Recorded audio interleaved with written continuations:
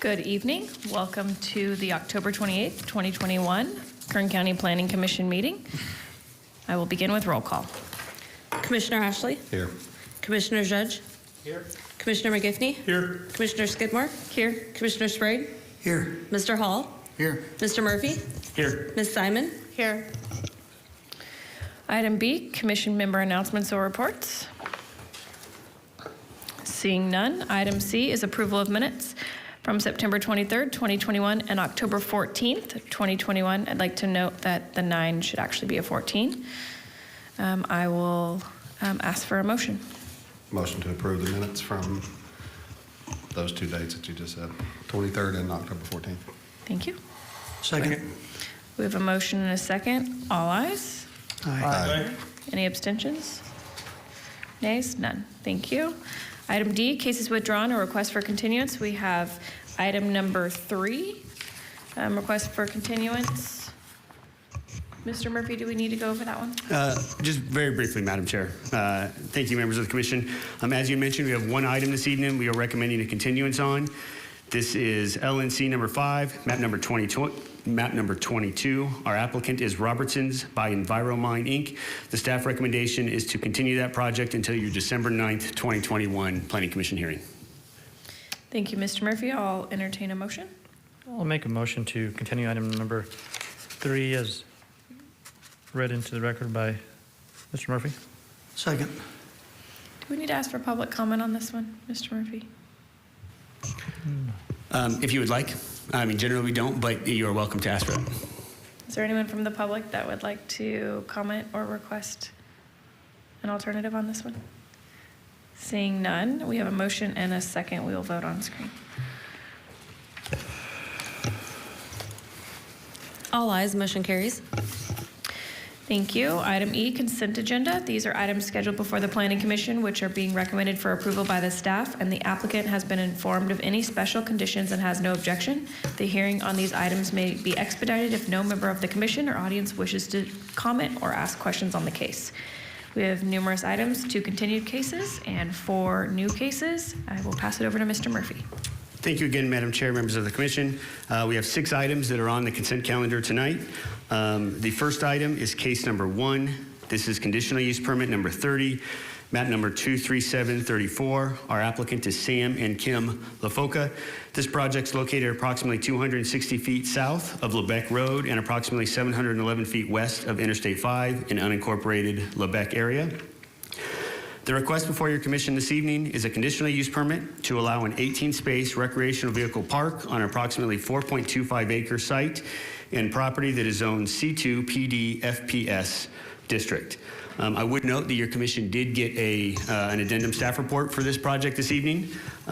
Subsequent to the distribution of the staff report, the project applicant requested us to evaluate the condition regarding paving for the internal driveway street that would access all of the vehicle sites.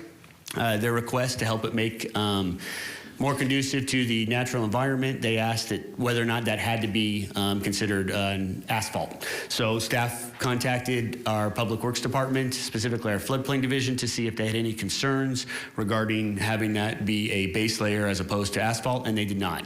So therefore, staff is recommending a change to condition 5D, specifically to delete the requirement that it has to be paved with a minimum of 2 inches of asphaltic concrete paving. So the project will still be required to have its base material, but it doesn't need to have the concrete on top. So with that, we have a revised recommendation. The recommendation before your commission this evening is to approve in accordance with the recommended revised conditions. That includes the revisions to condition 5D and adopt the suggested findings as set forth in the attached revised draft resolution. The next item on consent this evening is case number 2. This is conditional use permit number 8, map 33, zone variance case number 13, map 33. Our applicant is International Fruit Genetics, LLC by Harris Architecture and Design.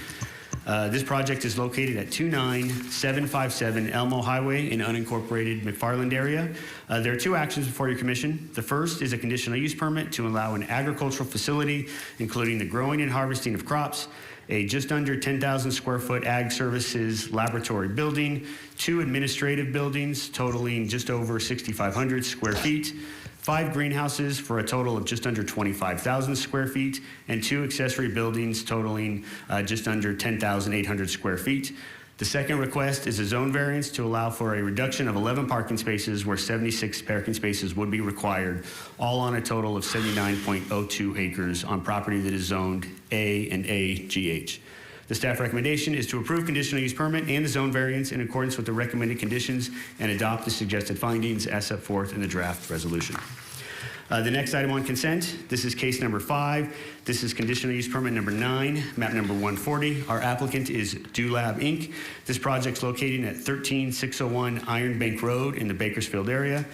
This request is a conditional use permit for a period of 5 years, authorizing an annual 5-day camping, music, and arts festival that will be located within the Buena Vista Park area, along with the surrounding properties outside of Buena Vista Park, which may be utilized for overflow parking, staging, and laydown areas, all on property that is zoned A1 and A. The staff recommendation is to approve in accordance with the recommended conditions and adopt the suggested findings as set forth in the attached draft resolution. The next item is case number 6. This is conditional use permit number 66, map number 10334. Our applicant is Guadalupe Martinez Areolas and Kern Frias de la Riva. This project is located on the west side of Wiseman Street, approximately 160 feet south of Alloway Lane in unincorporated Bakersfield. This request is a conditional use permit to allow for a manufactured home that does not meet the age requirements on approximately 10,454 combined square feet on property that is zoned R1MH. The staff recommendation is to approve conditional use permit in accordance with the recommended conditions and adopt the suggested findings as set forth in the draft resolution. The next item on consent, this is case number 7. This is modification number 1 to conditional use permit number 1, map number 78. Our applicant is Walma Farms LP by Wayne Arnold. This project is located on the north side of Fresno Avenue, 1 mile north of Laredo Highway, 5 miles west of State Route 43 in the Shafter area. The request before your commission is modification to conditional use permit that was approved on March 14th of 2013, which allowed for a commercial wedding facility with associated meeting and assembly hall. The modification will allow for the construction of a new 3,316 square foot meeting hall and the expansion of the project boundary for a total of 4.3 acres on property that is zoned A. I would note that there is a typo in your resolution on page 2. We inadvertently said that the facility was 3,000. We said it was 33,000, so we want to just change that typo on page 2 to make sure the new facility is 3,316 square feet. So with that, the staff recommendation is to approve conditional use permit, modification conditional use permit in accordance with the recommended conditions and adopt the suggested findings as set forth in the attached revised draft resolution to clarify that typo. And then our last item on consent is case number 8. This is conditional use permit number 57, map 100. Our applicant is Anay Cervantes Murillo by Roman Para Leva.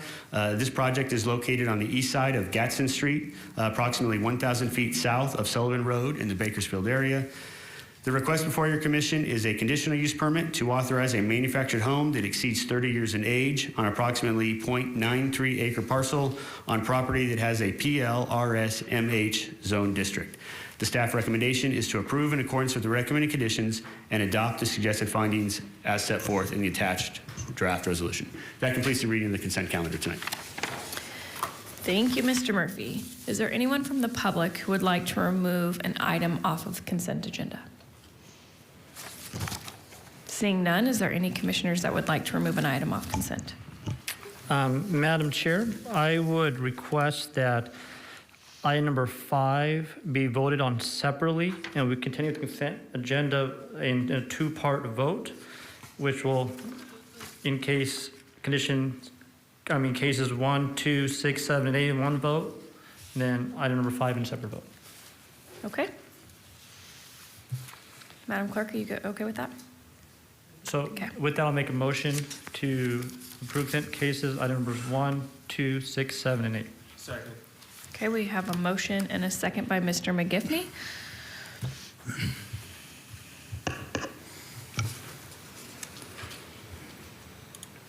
All ayes, motion carries. Great, and now we need a motion and a second for item number 5 on consent. Move to Consider item number 5 on consent. Mr. McGivney with a motion Second. and a second by Mr. Ashley.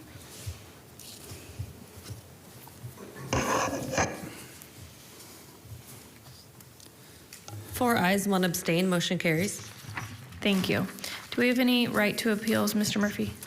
We do, Madam Chair. Thank you. All of these cases actually are final unless they are appealed. So for projects where the Planning Commission action is final, those actions are subject to appeal to the Board of Supervisors by any interested person, and no development proposed by any application may be authorized until after the final date of appeal. An appeal may be filed with the Kern County Planning and Natural Resources Department, located at 2700 M Street, Suite 100 in Bakersfield, with a filing fee of $540 on forms that we have available at the department, and they're located on our website. If no appeal is received, the action of the Planning Commission is final, and again, that applies to cases 1, 2, 5, 6, 7, and 8. Thank you, Mr. Murphy. We are now on item F, public presentations. This portion of the meeting is reserved for persons desiring to address the commission on any matter not on this agenda and over which the commission has jurisdiction. Speakers are limited to 2 minutes. Please state your name and address for the record before making your presentation. Seeing none, we are on item G, public hearings. We are at new cases. Item number 4, and I believe we'll pass this over to Ms. Simon. Thank you, Chairwoman Skidmore, and good evening, fellow commissioners. The project before you is a conditional use permit tonight to allow a 6-space RV campground. The applicant is Terry, Delamarter, if I'm pronouncing that correctly, and the project is located at 5437 Adolphus Avenue in an unincorporated Bakersfield. The project site is approximately 7.95 acres with a residential map code designation of 5.6 and 2.5 by the Kern River specific plan, and has a zone classification of A1, KRC, FPS, and FPP. The site is currently developed with a single-family dwelling,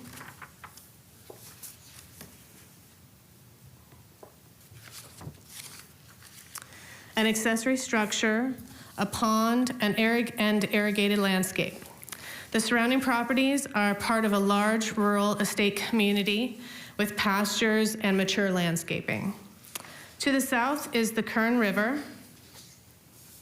here, while to the west is undeveloped land.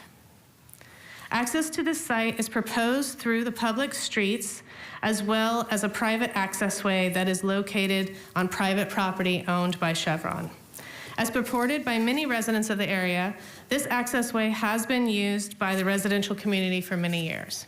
And that is specifically located on what the map says is Brandy Lane. However, that is incorrect, as it is not a public easement or a private easement. It is a accessway that was developed by the residents of that area. It's right here. It goes in one way and you travel out the other way. The other way to access this site would be Round Mountain Road to River Acres and down either Mandy Court or River, I'm sorry, I can't read that, and down to Adolphus Avenue and then on to the site.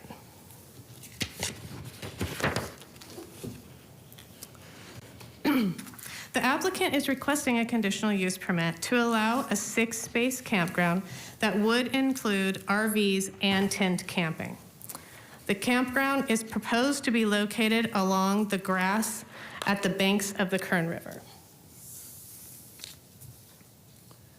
If I can zoom in a little bit here. That would be right along here. And then on the aerial, that would be right along this area, right along that area right there.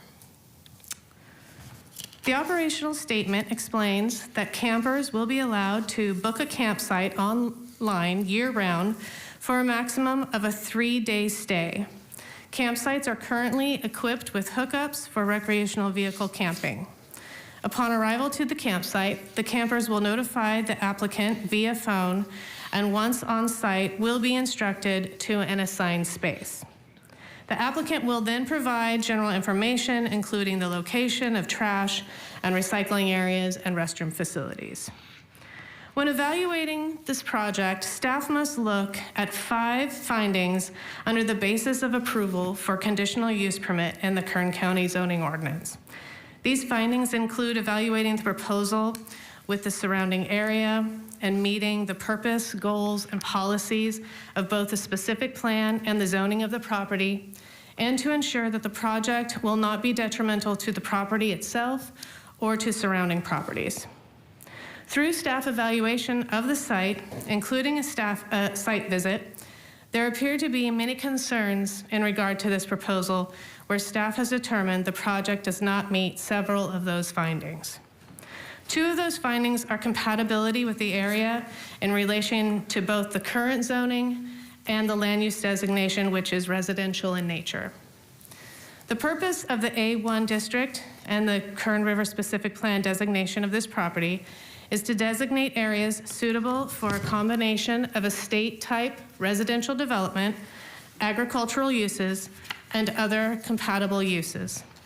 Because the site is primarily surrounded with dwellings and a pastoral-type setting, a recreational and commercial business is not consistent with the compatibility of the purpose, goals, and policies of those land use designations.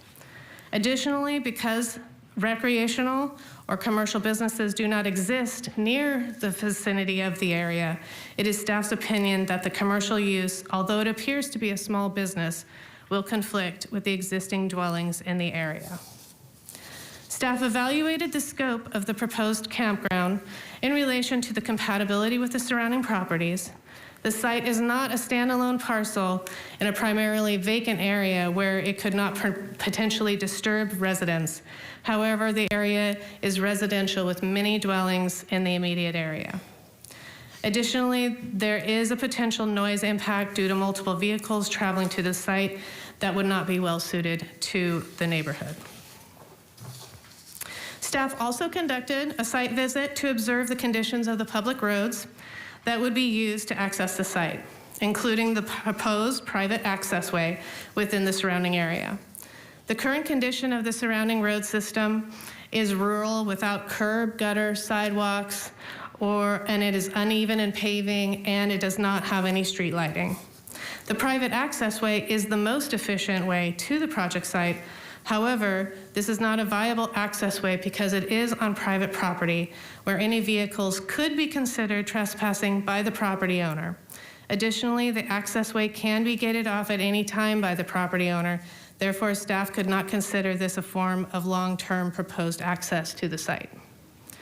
With that in mind, it was staff's observation that the public roads are not in good condition and are not county maintained to a feasible or sustainable route for a long term of the project. As part of staff's review, we must keep in mind that the approval of a CUP would not run with the applicant, but it would run with the land, which could mean at some point the property could be sold to someone who may not care for the property or the surrounding neighbors, and there is a concern about long-term use of the roads. Because of this, staff believes the implementation of the project will be materially detrimental to the health, safety, and welfare of the public or to the property or residences in the vicinity. Staff is recommending your commission deny the proposed conditional use permit based on the following findings: the inconsistency and overall incompatibility with the residential nature of the surrounding area, the lack of proof of efficient access on Chevron private property for the benefit of the public on that preferred access, the significant cumulative impacts to the neighboring and primarily residential access roads, including noise impacts from the campground and travel to and from the site, potentially year-round to the residential area. Based on these findings, staff concludes the request does not sufficiently demonstrate the compliance with the minimum necessary findings and therefore recommends your commission disapprove the conditional use permit with necessary findings. That concludes staff's presentation. However, Mr. Murphy does have a few comments he would like to speak about this evening. Thank you, Ms. Simon, Madam Chair. The part that I just wanted to provide is normally when staff is recommending denial, if it is your commission's desire to approve the project, we would continue the project for 2 weeks to allow time for staff to prepare conditions, findings, everything along those lines. Given the fact that we don't have any meetings until December 9th, depending on how your commission wants to vote on this particular project, staff is prepared to discuss and can show some conditions of approval for your consideration. Or then you always are welcome if you believe that you want to potentially approve it, but continue just so you can get something more definitive in writing. That is available to your commission as well. I just wanted to let you know that while you don't have any findings or you don't have any conditions in front of you, if it is your commission's desire to try to discuss those tonight after hearing from our project applicant, staff is prepared to offer some conditions for your consideration if that is the direction your commission wants to go. So that was the only comments I wanted to provide. Thank you, Ms. Simon. Thank you, Mr. Murphy. Madam Chair, I'd like to make a motion to continue to the next meeting in order to discuss the project in detail with the possibility of approval. So wait, hold on one. Sorry, before we go anywhere, our applicant is here. Our applicant would like to provide some comments and everything along those lines prior to kind of going through any decision by your commission. Applicant, will you please come forward, state your name for the record? Good evening. My name is Terry Delamater. I'm a resident of the area for over 30 years. I received a code violation for camping about 2 years ago, and the remediation was to cease those activities or apply for a conditional use permit.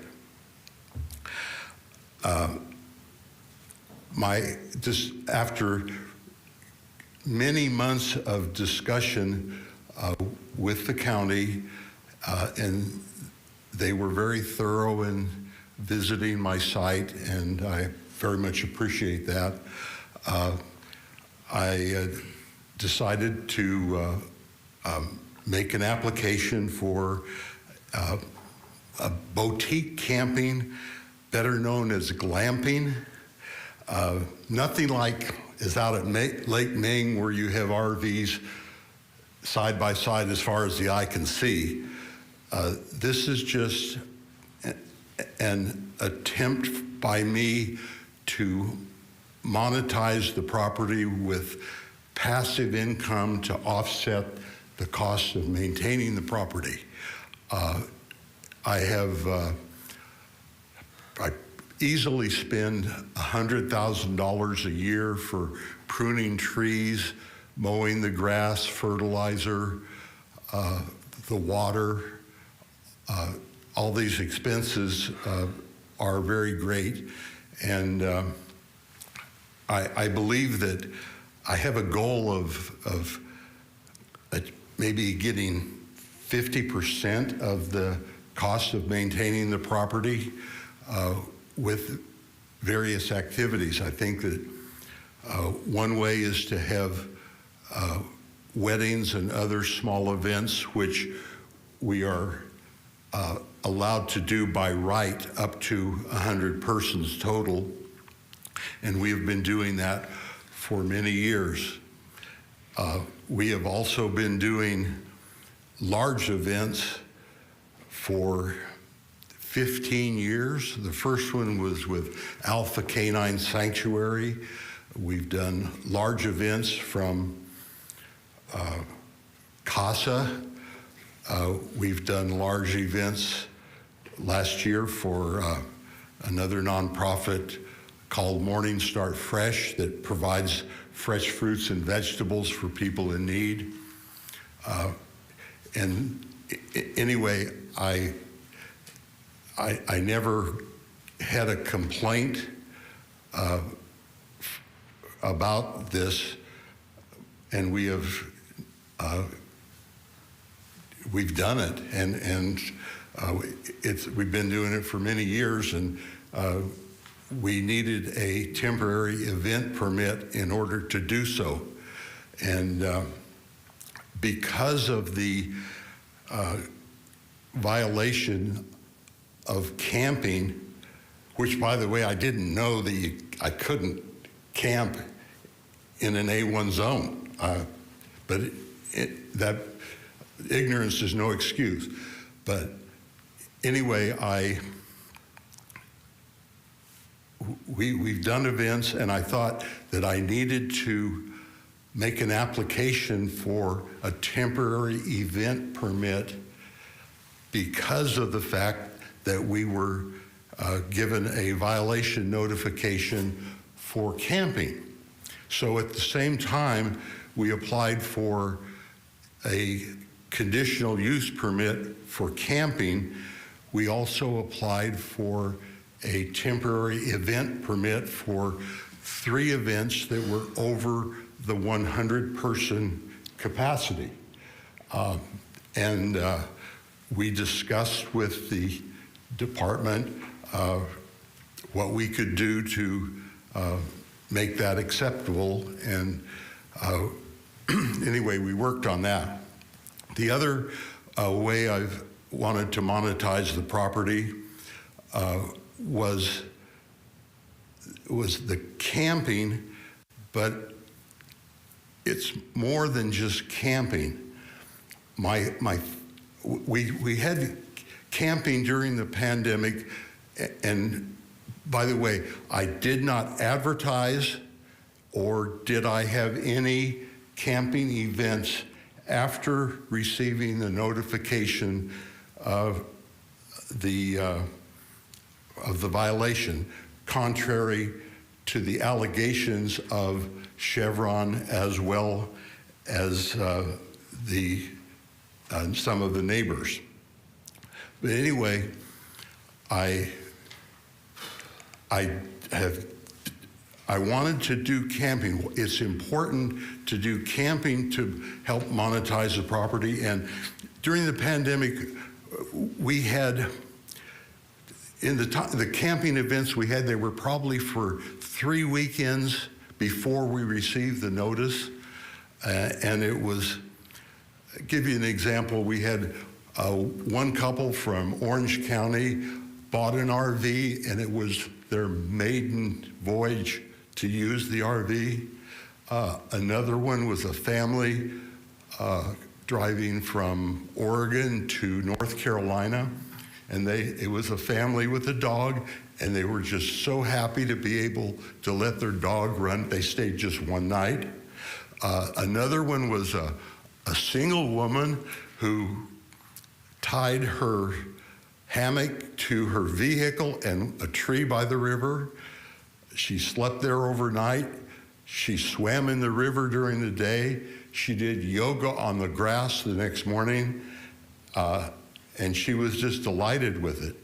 Another was people that were of British citizenship that lived in Orange County. They came up and they stayed 2 nights. They did soccer, and they were just thrilled to use it. And so anyway, those are the types of events we had. But we also had requests for events that included people that wanted to stay overnight and rent our house. We registered our camping on a website that was called Hip Camp, which is the Airbnb of the outdoors. We haven't done it, but we've had requests to rent our house through Airbnb, but we only have 9 beds in the house, and so that would be very limiting. But if we could get approval to have RVs, trailers, tents on the property at the same time the house was rented, we could have family reunions. 50 family members, extended families, and there's a tremendous need for it. We had to turn people down because we did not have approval for camping. I assume that we are able to rent our house out on a short-term basis. I know we have property in Arlington, Texas, and the city of Arlington has outlawed short-term rentals through Airbnb. I don't think Bakersfield is planning to do that, or Kern County, but in any event, things are changing the way people live and how they reside. Airbnb is a game changer. A big game changer to the taxi industry is Lyft and Uber. These things are changing, and we need to have an opportunity to change with it. Anyway, I just want to let you know that I'm not doing anything that would be detrimental to the neighbors or anything like that. And the staff, there's two main staff opposition issues: neighborhood compatibility and legal access. And I'd first like to address the issue of the neighborhood compatibility. And I brought some documents that were passed out to each of you. And if you would be kind enough to look at the first photo, it shows an aerial of the area. And contrary to what was shown on the screen, I actually have two parcels that are part of the application. So we have a total of 10 acres, and we're asking for 6 campsites, so it's almost 1 campsite for every 2 acres. And the comment was made that it was in a residential area, and my contention is that it's a residential area, or it's a rural area on 3 sides. Only to the north is there the residence. We have the Kern River, we have vacant land, and even to the west, there's natural wooded area. And so anyway, it says in the first page of the written analysis that was given to you in advance, it said that the surrounding properties are part of a large rural estate community to the north and east of the site that is residentially developed. Honestly, I think that's a bit of a stretch. The residents, the parcels are all minimum of 2.5 acres, and all of them are, 6 of them that are but to land owned by me are horse pastures. And so I'd like to draw your attention to the second page where we have a colored area in green that shows the parcels that represent my application. And then the parcels in gold are parcels that are owned by me, and parcels in red are parcels that are owned by others. And so this is a buffer between the residential properties that are opposing my application. So, and I had my architect prepare this at the request of the county so that they could better evaluate the suitability of the property. And then the last thing, the picture I want to show you is the picture of my residence.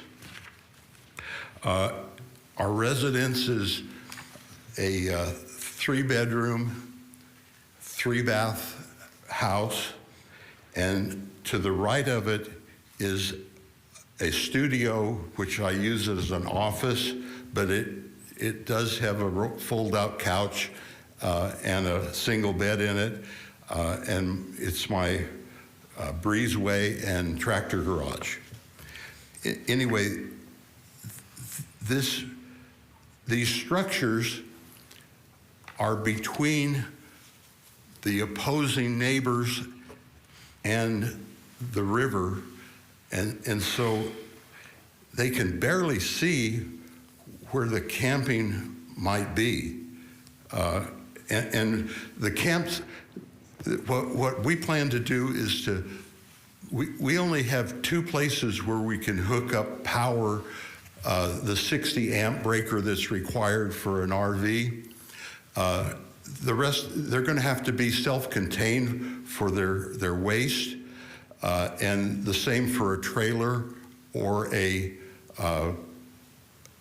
tent for that matter. We do have a restroom inside the office that they can use with a shower. We have another ADA restroom that's farther away from, but it is on the 10-acre parcel that it doesn't have hot water, but it does have a ADA shower with an ADA toilet and it meets ADA requirements. So anyway, that is the situation as far as where we wish to have the camping. And I think the stigma of a RV park or even camping, it causes people to object to it. And, you know, I got to point out, we live here. We don't want to have a situation here that would be objectionable to us or our neighbors. And so that's why we've only asked for just a small number of spaces. It's certainly not enough to be a profitable venture, but I'm thinking if we can monetize the property with a lot of different ways, maybe we can offset 50% of the cost. Are there any questions about neighborhood compatibility that I may answer at this time? I think if we have questions, we will invite you back up after we close the public comment period. I'm sorry, I didn't know the procedure. The second area I wish to discuss is the legal access. A conditional use permit is a requirement for the path. In other words, the path of travel must be the legal access to the property in order to be eligible for a conditional use permit. In order to get that, I needed to get authorization from Chevron to cross their property because the Adolphus Avenue does not go all the way to Round Mountain Road. And for the last 50 years, the residents have used that access, and so we have too. And we've used it for ourselves. We've used it for people that perform services for us, such as Varner Brothers Garbage. We use it for our guests, just like a hotel. Their clients are guests, people that would be at our camping site would be our guests. And so it is my position that by prescriptive right, we should be able to use the property, but Chevron maintains that they have only allowed us to use it, meaning our immediate family, but that has never been given in writing. It's just been that way for everybody for 50 years. Anyway, I did everything. I've exhausted all avenues to obtain the needed legal access through the land owned by Chevron. So my only option is a path of travel through the neighborhood, which is our legal access. So that being the case, we have the last one is the River Bluff Ranch directions showing a path of travel instead of going off of Adolphus to go to River Acres, to River Grove, back to Adolphus, and then to the property that way. It's a total of 0.6 of a mile extra. When I had the temporary event permit hearing, I had 3 of the neighbors passionately testify that the path of travel through the neighborhood where they lived was something that they were not opposed to, and they very much encouraged the hearing officer to allow us to utilize that path of travel. Keep in mind, we're only talking a half a dozen families coming through there. We're not talking 500 people that are coming to an event. That's for the temporary event permit, but this is the conditional use permit that I must get so that I can have family reunions as well as camping, and I can already do small events such as weddings and parties. And if I could get the conditional use permit or the temporary event permit approved, then I could have the nonprofit larger events as well, but that's a different issue. Anyway,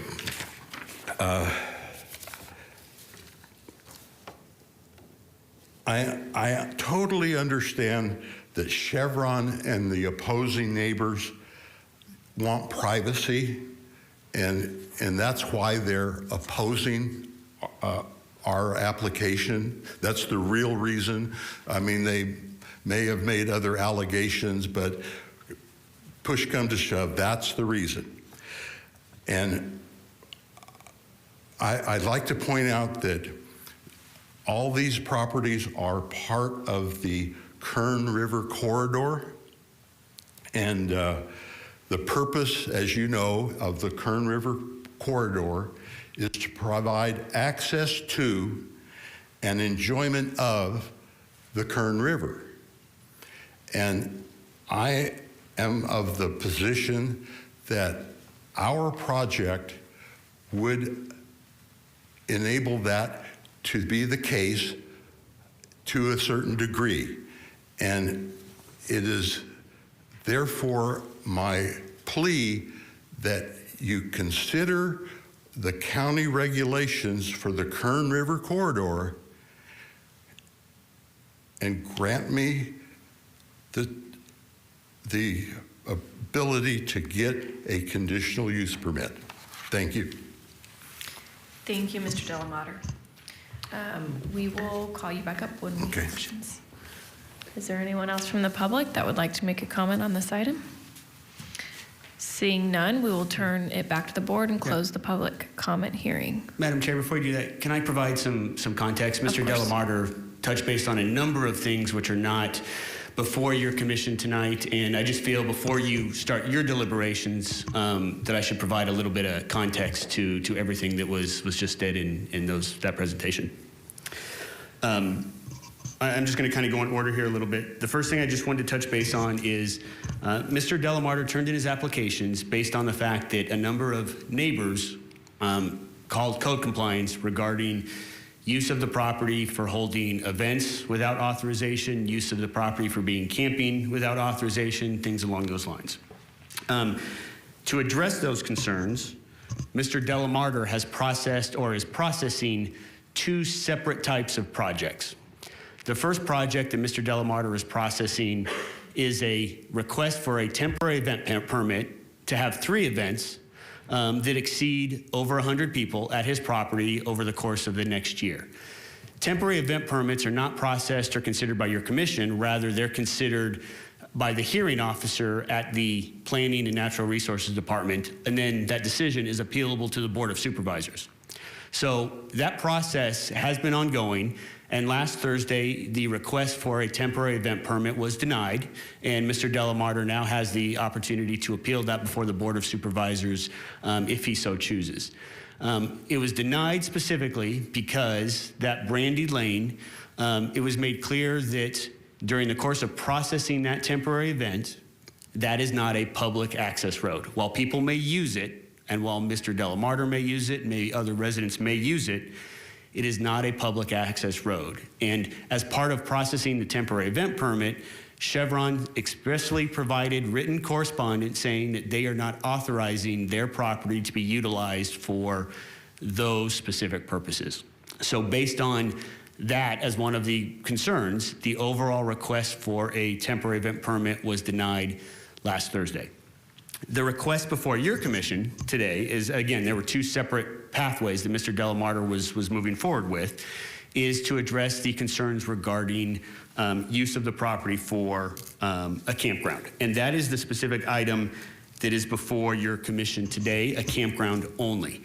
I would point out that one of the concerns from staff, as we identified before, was use of this property without a direct access requires that anybody who accesses the property drive through the neighborhood. So again, that was part of our consideration and why staff was recommending denial.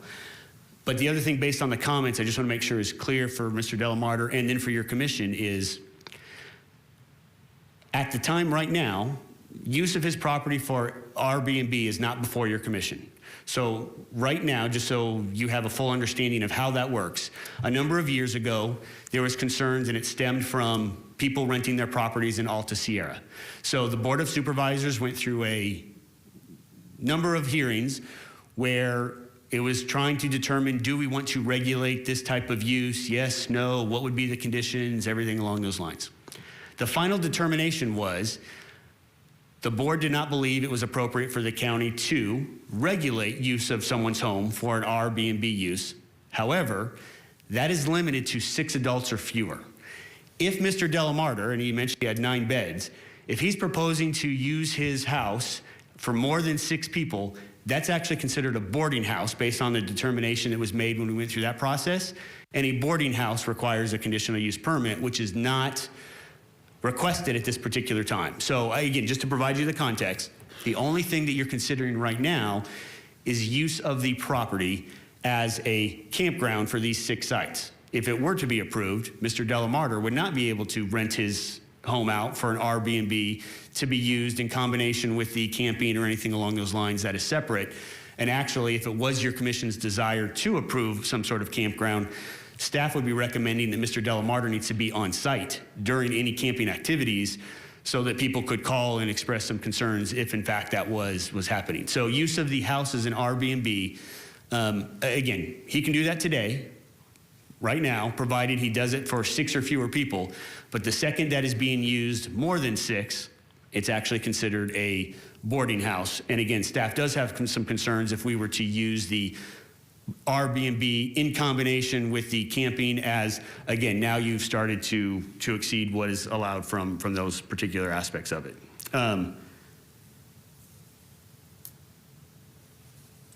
Again, I believe I addressed as many things as I could regarding some of the comments that were done. Again, just going back to staff's initial concerns regarding the project site is, one, there have been a number of cases where we've had some concerns and people expressing some concerns regarding how the site was being operated as a business. Staff does believe that any conditions placed on this type of use, because it is a residential home, would be difficult to enforce. That is just one thing is, how do you enforce whether so many people are on there? And so use of the site, this residential area as a campsite, expresses some concerns that way. We do have a concern regarding access, specifically because where most people get to the site, including utilities potentially, might be that property that is owned by Chevron, and they have said that they cannot use that site. Any determination on prescriptive rights is not something the department can determine. It's not something your commission can determine. Prescriptive rights have to be determined by the court. And at this time, all we know is that the access on Brandy Lane is not public access. Chevron is not authorizing use of that land, and any use of that land for any commercial purposes or other than expressly authorized by Chevron would require either their approval or a court to determine that that road is considered a prescriptive right. And then finally, the only other concern that staff had was multiple RVs, trying to regulate when those RVs have to leave, stay. RVs in general are a concern at times in the county just because people park them and they stay for extended period of times. I have no doubt that Mr. Delamarter would help manage that, but that is an overarching concern regarding the use of RVs, how long they would stay, where they would stay, and the fact that they would be able to be coming in and accessing the site on a more regular basis.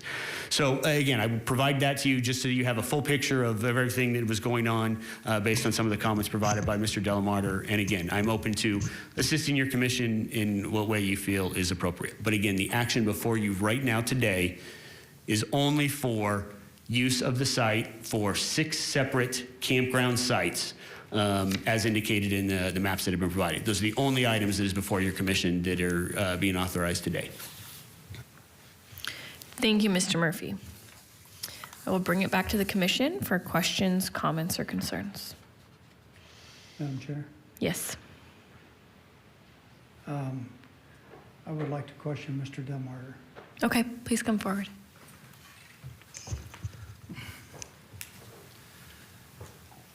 Mr. Delmarter, the truth of the matter is you don't have a legal easement across the Chevron property for legal access to the site. So the fact is that Chevron could shut this whole operation down at any time they wanted to, and they probably will, because they'll get letters from neighbors saying he's doing this, and we opposed it and object to it. And you opposed it with a letter to the county, and consequently, we understand why you'd want to close it off. So, I mean, that's only one part of the puzzle here. It's very convoluted when you put all this into perspective and put it together to operate the campground the way you want to. And I sympathize with you there, but the Kern River corridor and the plan are a difficult piece of document to deal with. But nevertheless, when you don't have legal access to a site or an event that you want to have and you book it and you can't have it, then you got other problems that could be construed to go to court because you sold them something that you don't have possession of legally. Madam Chair, I'm sorry to interrupt you, Mr. Commissioner. I just want to help clarify something real quick because I want to make sure, based on your comments, that everyone understands the clear picture. So Mr. Delamarter does have legal access to his site. There's a number of ways he can get through it off Adolphus. People can go up River Acres, they can go down River Grove, they can go down Mandy Street. The only part that is not legal access is use of Brandy Lane. So staff's concern is to have a commercial venture utilizing those other public access roadways, which are legal accesses that can get to his site. That's what creates a concern. But I just want to make sure that your commission had the understanding was, it wasn't that Mr. Delamarter doesn't have any legal access. He does have multiple legal accesses, but the concern was, for that type of venture, having to use the roadways next to the residences and not being able to use Brandy Lane was the concern from staff. So I just wanted to make sure that everyone had that understanding. I understand that, but the mode of transportation to the site, as he stated for 50 years, has been through this access across the Chevron property, and it's not prescriptive, and it's not a recorded easement.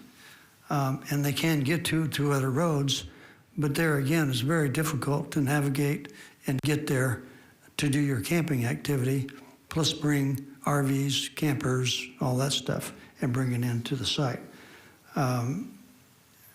It's a difficult thing to look at because it's got so many flaws in putting it together.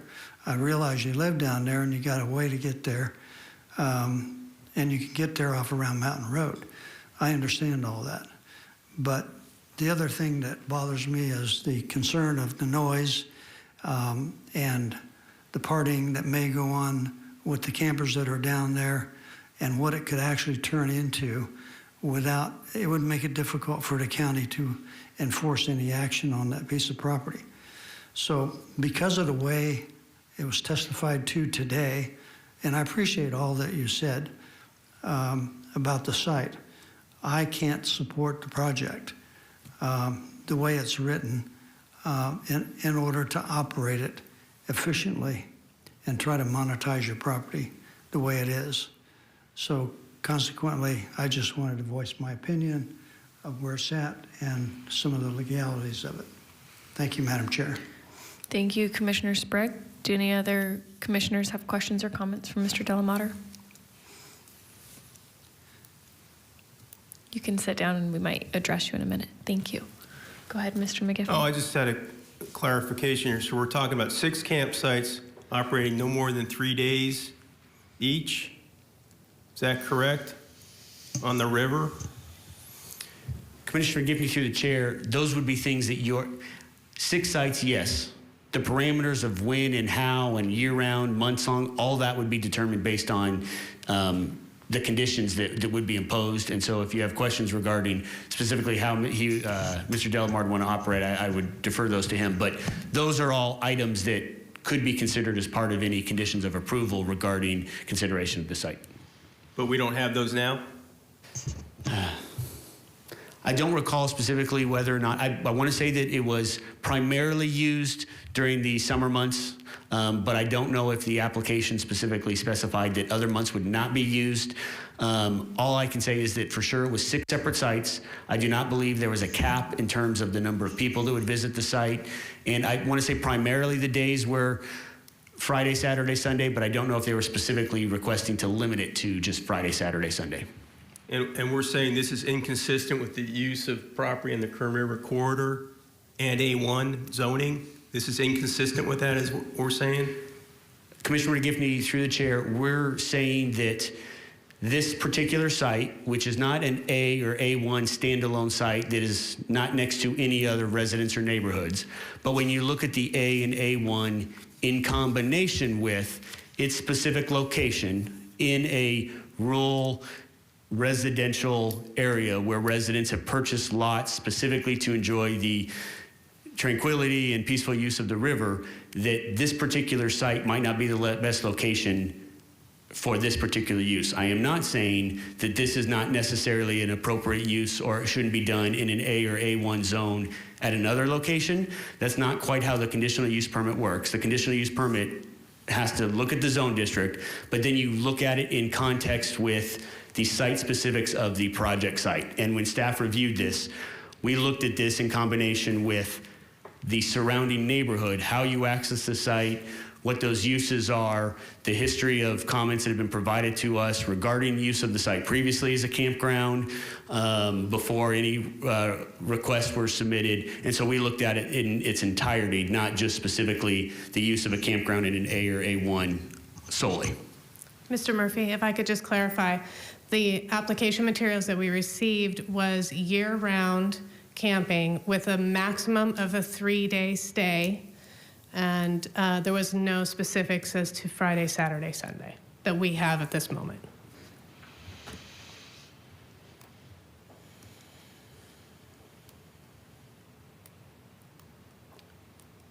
And I know that no other use has been asked for a conditional use permit, but what other uses could be on this property that would be consistent with what the staff views as consistent with the neighborhood, so to speak? I apologize, Commissioner McGee, through the chair. I don't know if I understood your question specifically. Well, we have so-called consistent uses for this area. I just want to know what they considered as consistent use, or what would be considered as a consistent use with this area and the in this corridor. I'm just trying to see what the staff would see as consistent. So based on this lot, in combination with the other lots owned by Mr. Delamarter, these are all single-family residential. A1 is a single-family residential lot. It is, the general plan map code designation is also residential as well. So staff reviews this site specifically as primarily a large lot, rural residential neighborhood is how we've looked at this site based on how it's accessed, how it's broken up currently right now, how the roadways are. So that is the way that we have viewed the particular site. And again, I have visited the site specifically. It is a very beautiful piece of property, and I completely understand where the request is coming from. Staff just has some concerns when you look at some of those other factors involved from our review of that aspect of it. I'm just trying to see what kind of businesses the staff feels are consistent with the use of the area. If you have a home business, can you do it? What's consistent? What businesses are consistent with this area and usage that the staff feels is appropriate based upon the area? So, Commissioner, to give you the chair, the only businesses I would say we for sure could say are consistent are those that are authorized as a home occupation permit. I am not sure that I would say any commercial businesses are necessarily consistent if they fall outside the realm of the standard businesses you're allowed to have as a home occupation permit, which are identified in our zoning ordinance and would apply to a tract home residential house as well as it would come to this particular one. And then I still had questions about why Chevron was so concerned about this road that's been sitting there for 50 years and everybody's been using. What is their specific concern about use of that access way that's giving them fits? Commissioner, get me through the chair. I can only say, I can't say specifically. What I can say is during the processing of the temporary event permits, a number of people have expressed concern with how the site is used. And Chevron specifically, well, we had some people concerned about liability. There were some other concerns. And Chevron specifically said that they would not let this use be used for anything other than Mr. Delamarter to access to and from his site, and that they did not want, or they were not authorizing any commercial use of the site or of that roadway for those particular purposes. And there's no easement or any other record of this road being used or being authorized. Is that correct? At that location, that is correct. Okay, thank you. Commissioner Josh? Thank you, Madam Chair. I got some questions for staff and just to help understand this process. Number one, with the current site, it's my understanding, as per Mr. Maurer mentioned out, the applicant also owns the areas highlighted in yellow, which is the vacant parcels which are surrounding this area he's requesting for the CUP. And are those, I do not recall those additional parcels owned by him, but are those also A1 residential, or are those a different zone type? The reason I asked that question to you, Mr. Murphy, is if they are an A1 use, could you not also have a single family residence with up to 6 home use per on each individual parcels? Commissioner, Judge through the chair. So to answer that question, I believe Mr. Delamarter owns maybe 8 or 9 parcels in the area. Yes, as you can see, all of the area, and he owns some of the parcels, I believe, to the east and down. They're all zoned A1. And if you, Mr. Delamarter in his first conversation with me is, at some point, he wants to actually have separate lots. The way if you visit the site now, there are already been grading, and the areas where future homes are going to be located have been identified. Mr. Delamarter was trying to utilize, or is requesting, some sort of development to be utilized on his site until such time as he specifically sells each of those individual lots, to my understanding. Now, granted, if he was given the CUP, maybe he will never sell those individual lots. Maybe he will. We have no say specifically regarding that. But this is located in an area, in a neighborhood where there are 6 or 7 additional vacant lots that could at some point be sold and ultimately would have separate homes on them in the future, based on my understanding of ultimately Mr. Delamarter's intended use of the site, potentially. But again, when my first conversation with him, he was looking to see how he could monetize the use of his site before any of those lots sell. Okay. Question on following that up, Mr. Murphy, is as far as county or land use, so we have authority and right of use. Can you clarify again what the limitation is prior to requiring a CUP of how many people can be on the property on a daily basis or be used for an event which is allowed by right prior to having the request of a CUP or a event permit? Commissioner Judge, through the chair, I'd be happy to answer that question, although I am answering it reminding you that no port of event is before your commission today. Today is the CUP. So the way the ordinance is written right now, you are allowed to have a party at your house if you have 100 or less people. So if I wanted to have a birthday party, if anything along those lines, there is no temporary event permit that is required or anything you have to go through from that aspect of it. When you exceed 100 people, then at the very minimum, if it was a one-time event, you should have and process a temporary event permit request. Now, that also goes on the fact that that is for non-publicly sponsored events. So the second, even if I have 25 less than 100 events per year, if there is some sort of advertisement or business that says, hey, come use my property for 75 people maximum, that is a commercial use of the property, and even though it's less than 100, that could trigger the requirement to then process a CUP, because now you are actively running a business out of a residential area neighborhood. When you exceed 100 people, that's when you get into the, do I want to do it as a one-time thing where I need a temporary event permit, or do I want, as projects that have come before you, I want to actually have an event venue facility where I want to have 300 people that are allowed at this particular property, and then that requires going through a conditional use permit. Again, Mr. Delamarter chose on his step before to process the temporary event permit at that particular time, which is why it went to the hearing officer and ultimately is appealable to the board and didn't come to your commission because it wasn't a request for a venue CUP like the ones that you have seen before. Thank you, Mr. for that clarification. The reason why I asked that is it was an address to the comment of the conditions of the existing roads of the River Acres and River Grove, which is his legal access right. And I'm just thinking conditions of roads versus where an individual could, on a daily basis with the right, have multiple vehicles visit them on a daily basis, again, for private use, versus 6 vehicles coming through that might be staying overnight instead of in and out. So I was trying to understand how that could be any different and impact our roads heavily, because I know road impact is important. I just didn't see how having a 6-use site could put that much impact on the infrastructure there. So that was kind of why I was trying to ask that question. Sure, and Commissioner Judge to the chair, and part of that is not necessarily the material of the road, but is the size of the road. It is the fact where the houses are, and it's a very narrow strip in terms of how that accesses road. Remember, not all these roads are necessarily built to county standards and are full width, or, you know, while they're public access, they're not necessarily designed for in and out commercial travel, but which is why, in staff's review of all of it, Brandy Lane is an appropriate way to use to access the site. It avoids the neighborhood. It provides a direct access to where it is.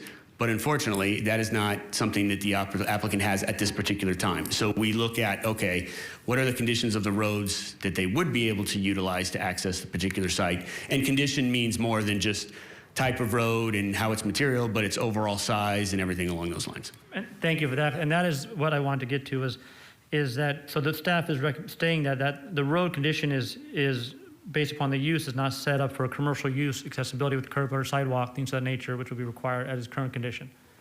And if the applicant did want to proceed, that would have to go to Public Works to get review and comments on their side of the conditions of the road to access this, correct? Commissioner Judge through the chair. Yes, I know that. I do not believe, did a Public Works provide a comment specifically this particular time on this one for this request? I don't believe that they did, but. Okay. And one last question I want to clarify, and maybe yourself or the applicant help clarify is, was he proposing a dry camping here, or was this full hookup camping? Commissioner Judge through the chair. My initial understanding is that this camping was completely self-contained, which is why he indicated RVs would come in, they would not drop their septic systems off or anything along those lines. However, the statement here about we have an ADA restroom and everything along those lines, that was not necessarily part of how our initial evaluation was, as we had understood the particular request as very self-contained. Primarily, an RV would come up, it would park, they would be able to enjoy the river, they would sit there for a couple of days, they would bring their own food, they would kind of, my understanding of the project was they would initially check in, contact the applicant to let them know that they were arriving on site. They would show them which campground they would get to stay at. Once they were at that campground, primarily they were then on their own for the next couple of days, and yeah, their facilities and everything would be self-contained on their own. Okay, thank you. And just on my comment on this, I look at this project and to the applicant, I want to say you have a beautiful property here. And I could see that the vision you're trying to accomplish here, it seems something that someone would want to enjoy, being close to the river. What the river is trying to do is have an area where people can use it and have functionality out of it. I don't see this as being an impossible project. I do see there are some complications. And me on my vision here is I feel that with the use of 6 locations being dry camping, I would personally like to see some conditions of what staff would like to see on this project, and maybe give the opportunity to review this prior to just giving a complete denial on this, based upon giving the applicant a chance to at least hear his conditions of what staff and Public Works would request of him, because I believe that if this is a minimal use of 6 units comparatively to a larger campground. But my thought would be is again, from my fellow commissioners, is maybe allow a continuance of this project to get some conditions to review, and give us a better chance to give a proper review of this project to either approve or deny. And that was my thought, and I want to put that out there. Thank you. Thank you, Commissioner Josh. Commissioner Ashley? Thank you, Madam Chair. I'll start by, as always, commending the staff for just a incredibly thorough review of this, and always trying to keep us headed in the right direction in terms of maintaining the quality of the neighborhood and the quality of the plans that exist that cover this area. So thank you all for that. I'm also a huge proponent of property rights, and so I want this project to work. I do think there's some hair on it, though, and tonight, I think for me it's premature to approve, because I think there are still some things to be worked out. I agree with Commissioner Josh, it's not impossible, but still a little bit of work to be done. So I'm agnostic, I guess, on the absolute denial or the continuance. I'd certainly support a continuance to see what Mr. Delamater can work out. So that's kind of where I stand on it. Thank you, Commissioner Ashley. I have a question regarding the map. So on the map that you have on the screen, there's that kind of triangular portion to the left of the outlined yellow property. But yet on the maps that the applicant provided, he kind of closed off that triangular portion where there seems to be like a dirt lot or some sand. And then based off of his drawings, there are campgrounds within that kind of like rectangular pentagon shape that is in his drawings. And so I'm a little concerned that the site location based off of what we're voting on is not consistent with what he is looking for with his actual campsites. Madam Chair, I believe that just not having that parcel highlighted was an error on staff's perspective. Oh, okay. I have seen the site plan. The site plan does include that other portion of it. We can see that little triangle, and it does have campgrounds in there. Okay. So I honestly think that was just when staff prepared this map. Okay. They failed to include that other piece. So okay. I would agree with Mr. Delamarter in that his request includes that portion of the site as well. Great. Okay. Thank you. Seeing no other comments or concerns, I will entertain a motion moving forward. I'd make a motion to continue the project to allow to have more comments made on the project prior to a vote. Okay. And you would like that to include some conditions? Yes, I'll make a motion to continue to allow staff to have correct adequate time to put conditions for us to review and allow the applicant to deal with staff on the conditions prior to us making a vote to either approve or deny. Okay. Okay, Madam Chair, before I get any more, can I potentially ask some clarifications to that particular Of course, motion? please. Commissioner Judge, through the chair, I understand the motion for the most part, I believe. I just want to make sure everyone's clear is that if this is recommended, staff will still be recommending denial when it comes back again based on our particular review. However, it sounds like your direction is a request to continue the project, directing staff while they're recommending denial to prepare potential conditions of approval that include things along the lines of number of people, how the development would be site, potential number of campsites, how access would be maintained as part of your whole consideration for any future consideration of the project when it gets brought back to your commission. Mr. Chair, thank you for that. And yet, I guess I would put that request of the applicant to provide staff that information of what he would like the facility to operate, why. Because I think currently, just saying that it's open 6 days a week, I'd like to understand from to work with staff to try allowing us to see what his conditions, what he would like this project to work with. So does that fall on staff or the applicant? I would request of you to get some more clarification on that. Yeah, Commissioner Judge, through the chair, probably a little bit of both. Again, the reason I wanted to interject was just because I want to make sure it is clear that staff would not be coming back at a future meeting with a recommendation of approval. Rather, we would be coming back with a very similar presentation that specified staff is recommending denial. However, based on the comments that I've heard and the concerns that you had, you're requesting that some sort of conditions be included in our staff report. Should your commission believe that it is an appropriate use, you want to have some basis off to work from. Correct, Mr. Murphy. Thank you for the clarification. Okay, so we have a motion. Is there a second? Madam Chair, I'm sorry, I also did not hear what date Mr. Judge requested that be continued to. I would request that at least to December 9th, that's our next meeting, unless it will be prepared by then. I don't know if that gives us enough time or not, or if our agenda is ready by then. Commissioner Judge, through the chair, we can absolutely make the 9th if your commission desires. Because we don't have any meetings in November, the 9th is rather packed. That doesn't mean that we can't add another case, but I believe we have maybe 9 cases or so I can't tell you how long that meeting would go. So, I absolutely welcome to put it that date, but that would be the only thing that I would. So how, Mr. Murphy, would request to have it extended to a further date to be determined, or how does it have to have dates and date? You have to specify a date. So you can specify that particular date. The next available date that I think would be the most appropriate would be the 4th Thursday in January. But if you don't want to wait that long and see how it goes out, you can always recommend that it go the 9th, and then depending on how that goes, we can determine whether or not it's appropriate to be heard, and you can make a separate action at that particular time. But those would be the 2 dates that I would recommend, either the 9th, knowing that that's a large meeting because we don't have any meetings in November, or all the way into the 4th Thursday in January, which would be January 27th. So one of those 2 is what I would recommend. Thank you for the clarification. I do not want to jeopardize the agenda that's already set up for the 9th, so I would make that motion to be for January 29th. 7th. Madam Chair. 27th. Thank you. No meeting on the 13th. Commissioner Sprague.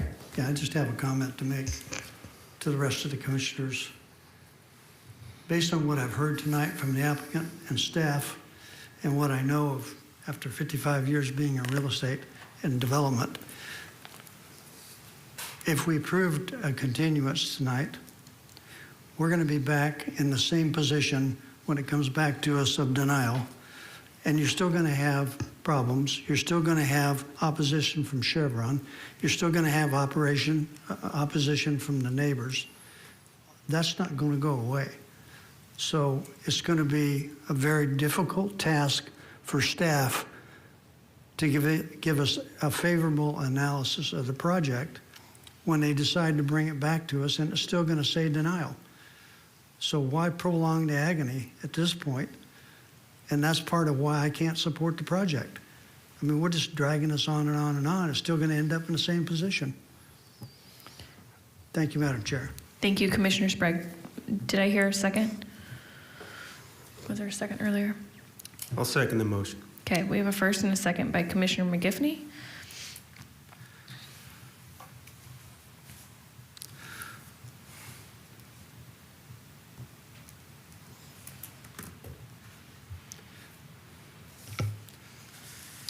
Two ayes, 3 noes, motion fails. Okay, motion fails. Do we have another motion on the floor?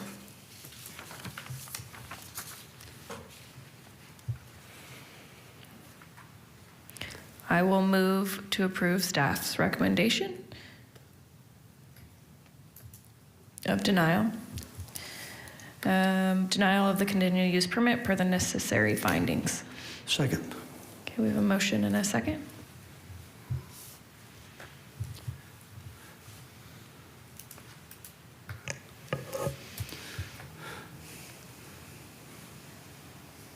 Three ayes, 2 noes, motion carries. Thank you. Are there any appeals for this, Mr. Murphy?